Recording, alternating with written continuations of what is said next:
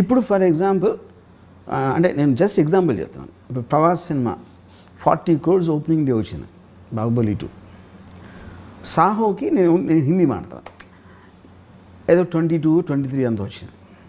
ఇది 4 or 5 వచ్చింది Radhe Shyam, you know. So ఇప్పుడు all of them are made on the same budget. అది బాహుబలి 2కి 20-30% అంతే చేశారు, అన్ని కాస్ట్లన్నీ అవి మారలేదు. ఎందుకు? With the hope that they will reach there. ఈ మ్యాసివ్గా పడిపోయి ఇట్ విల్ ఇంకర్ లాసెస్. ఆ లాసెస్ ఎవరికి వస్తున్నాయి? 2 ముగ్గురికి వస్తాయి, handful of people let's say. ఎందుకు? వాళ్ళందరూ వాళ్ళు చేసే విజను బాహుబలి కలెక్షన్స్ని బెంచ్ మార్క్ కింద పెట్టి చేసిన బిజినెస్ ఆస్పెక్ట్స్ అన్నీ. ఓకే, సో ఒక విధంగా చూస్తే ఈ 10 మంది అంటే నీ ఊరికి ఫిగర్స్ పడేస్తున్నా. 300 crores బాహుబలి అని అయింది అంటే 300 crores 2000 crores ఏమో బాహుబలికి వచ్చింది సపోజ్. వీళ్ళేంటి 500-400 కోట్లు పెట్టి 400 అంటే 10 మంది తీసారనుకోండి, 4000 కోట్లు. 4000 కోట్లు 3000 కోట్లు పోయినాయి. అప్పుడు రాజమౌళి వలన ఇంత నష్టం వచ్చింది ఇండస్ట్రీకి అంటే చాలామంది నాకు కొంతమంది ప్రొడ్యూసర్స్ ఈ రాజమౌళి నాశనం చేసాడు నా కొడుకు అని బూతులు తిట్టడం. ఎందుకు? వాళ్ళకి అక్కసు. ఇప్పుడు వాడి సినిమా ఆడింది కాబట్టి ఇప్పుడు ఈ ప్రతి డైరెక్టర్ నాకు అది కావాలి, విఎఫ్ఎక్స్ కావాలి, ఈ సబ్జెక్ట్ తీస్తా ఆ సబ్జెక్ట్ తీస్తా అని దొబ్బుతున్నాడు. హీరోలేమో ప్రభాస్ అంత అయినప్పుడు మేమేం తప్పకూడదు అని వాళ్ళు అనుకుంటున్నారు. వీళ్ళిద్దరు కోరికలు తీర్చడానికి ప్రొడ్యూసర్గా మేము చచ్చిపోతున్నాం అన్నారు. అయినా కూడా ఎందుకు తీశారు? వాళ్ళకి ఆశ ఉంది కదా. ఫైనల్గా నేను 500 కోట్లు పెడితే 2000 కోట్లు రావడానికి ఛాన్స్ ఉందని ఆశ ప్రొడ్యూసర్కి మాత్రం ఎందుకు ఉండదు? అది ఓకే, 2000 కాదు 1000 కాదు 500 అంటే మీకేంటి ఒక మార్జిన్ అంత పెద్దగా ఉందని ఫీలింగ్ ఉంది, యూనో. ఇంకోటి, మీరు రూమ్లో ఉన్నప్పుడు మీ కథ మీకు బాహుబలి కథ కన్నా బాగుంటుంది, RRR కన్నా బాగుంటుంది. మీరు రూమ్లో ఉన్నప్పుడు చేయొచ్చు అనిపిస్తుంది. మనం ఆ విఎఫ్ఎక్స్ తీసుకొస్తే మనం ఈయన తీసుకొద్దాం, ఫాస్ట్ అండ్ ఫ్యూరియస్ చేసినోడిని, లేకపోతే నో టైమ్ టు డై చేసినోడిని, లేకపోతే అవెంజర్స్ చేసినోడిని. అది మార్చేటప్పటికి వాళ్ళు మొత్తం అంతా అయిపోతుంది అని ఫీలింగ్ వస్తుంది. ఇది కూడా actually it was not like a new thing. Sholay వచ్చినప్పుడు జరిగింది అది. అప్పుడు ఒక చాలా పెద్ద producer, forgot his name, burning train అని తీసాడు ఒక సినిమా. అవును, గుర్తుంది. బర్నింగ్ ట్రైను వాళ్ళు అప్పుడు ఆ మిక్సింగ్ అంతా లండన్లో చేసినప్పుడు ఆ ప్రొడ్యూసర్ మాటికి ఫోన్ చేసి ఆ టెక్నీషియన్స్ అందరూ షోలేలో పనిచేశారు, సౌండ్ వాళ్ళు. ఆ సౌండ్ కూడా చెప్పాడు నాకు ఎలా ఉంది సినిమా అంటే చాలా బాగుంది సార్. షోలేలాగా ఆడుతుందా, షోలే కానీ ఎక్కువ ఆడుతుందా చెప్పమన్నాడు అండి. అదేమో డిజాస్టర్ అది బర్నింగ్ ట్రైన్ ఫైనల్గా. సో ఇది ఎప్పుడు జరిగింది, not like the first time.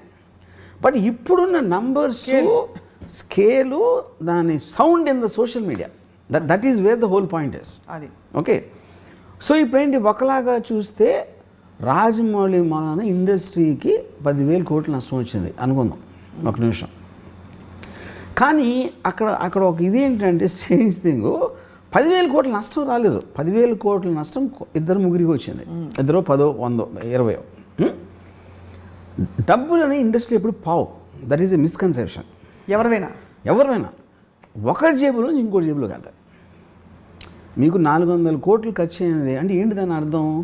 మీరు ఆర్టిస్టులకి ఇచ్చారు, టెక్నీషియన్స్కి ఇచ్చారు, వెండర్స్కి ఇచ్చారు, వర్కర్స్కి ఇచ్చారు, జూనియర్ ఆర్టిస్టులకి ఇచ్చారు. ఈ అన్ని అందరి జేబుల్లోకి వెళ్ళినప్పుడు ఒకరి జేబులోంచి వీడికి ఖర్చు అయింది, వాళ్ళకి వచ్చినాయి. Okay, they created employment for them. వీళ్ళ జేబుల్లో ఎక్కువగా 400 కోట్లు ఎవడో ఖర్చు పెట్టగలదు? ఉన్నోడే ఖర్చు పెట్టగలుగుతారు కదా. అవును, ఐదర్ ఉన్నోడు ఖర్చు పెట్టగలుగుతాడు, లేకపోతే రేజ్ చేసే కెపాసిటీ ఉన్నోడు ఖర్చు పెట్టగలుగుతాడు. సో వాడి నుంచి అందరికీ వెళ్ళినాయి. అప్పుడేంటి, రాజమౌళి తనకి తను తెలియకుండానే ఒక ఎక్స్ట్రాడినరీ చారిటీ చేశాడు. ఇది రాజమౌళి జేబుల నుంచి వెళ్ళదు అది.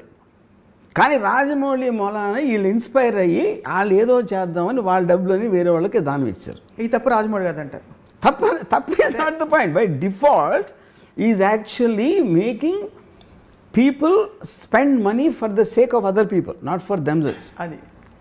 అది ఇప్పుడు మీకు ఎప్పుడైనా కేపిటలిజం అనేది నడిచేది గ్రీడ్తో. నాకేం కావాలి, నేనే డబ్బున్న అవ్వాలి. డబ్బున్నోడు ఎప్పుడు ఏం చేస్తాడు, నా డబ్బు ఇన్వెస్ట్ చేసినప్పుడు నాకు ఇంకా డబ్బు రావాలి అని గ్రీడ్ ఉంటుంది. అవును. ఓకే, ఆ గ్రీడ్ తోటి ఒకే సినిమాతో 2,000 కోట్లు కొట్టేద్దాం, 500 కోట్లు ఖర్చు పెడితే 2,000 కోట్లు వచ్చేస్తుంది అనే గ్రీడ్ తోటి ఇన్వెస్ట్ చేశాడు. ఈ 500 400 కోట్లు పోయినాయి అనుకోండి సపోజ్. ఈ 400 కోట్లు వేరే వాళ్ళ దగ్గరికి వెళ్ళి అప్పుడు మంచి జరిగినట్టే కదా. అవును. Which is what the whole point of society. సొసైటీలో ఎంతో కొంత సమానత్వం ఉండాలి, ఒకే ఒక్కరి దగ్గర ఉండిపోకూడదు. Money should not be concentrated on a few people అనేది ఒక బిలీఫ్ సిస్టమ్ ఉంది. మీకు అప్పుడు ట్రికల్ డౌన్ ఎకానమీలో వాళ్ళ ఇన్వెస్ట్మెంట్లో వస్తూ ఉంటుంది అలా కిందకి అది. తప్పకుండా. సో అప్పుడు దాన్ని ఫెసిలిటేట్ చేసినవాడు రాజమౌళి.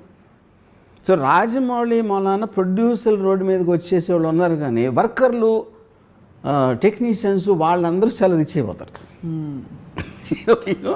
ఇప్పుడు ఇన్ని మీకు విఎఫ్ఎక్స్ స్టూడియోస్ కానీ ఇది అది అన్నీ వచ్చేసింది దేని మూలన? Because of this Rajamouli.